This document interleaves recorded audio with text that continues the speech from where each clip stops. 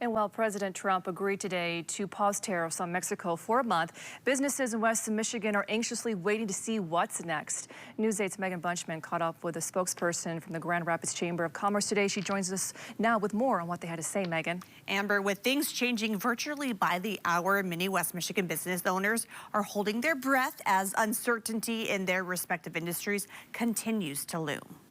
When you think about how connected we are, this is a big deal. Wait and see. That's the general stance Grand Rapids Chamber of Commerce and its some 3,000 members are taking Monday after President Trump agreed to pause a 25% tariff on imports from Mexico earlier in the day. So far, it's been a lot of starts and stops.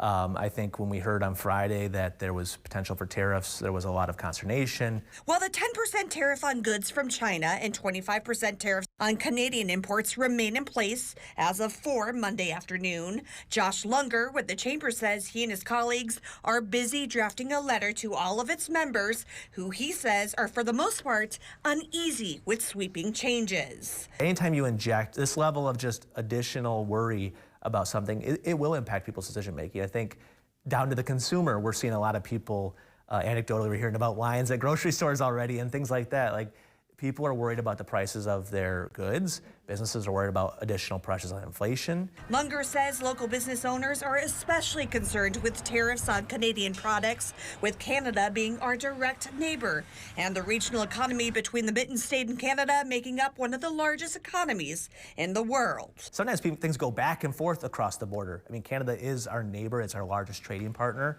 There is so much connectivity in almost every product, agriculture, food, clothing.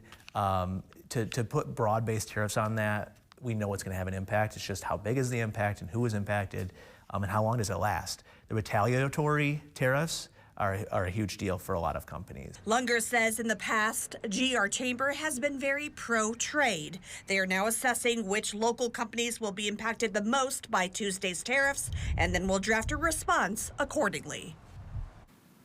President Trump planned to meet with the Canadian Prime Minister Justin Trudeau within the past hour, around 3 o'clock.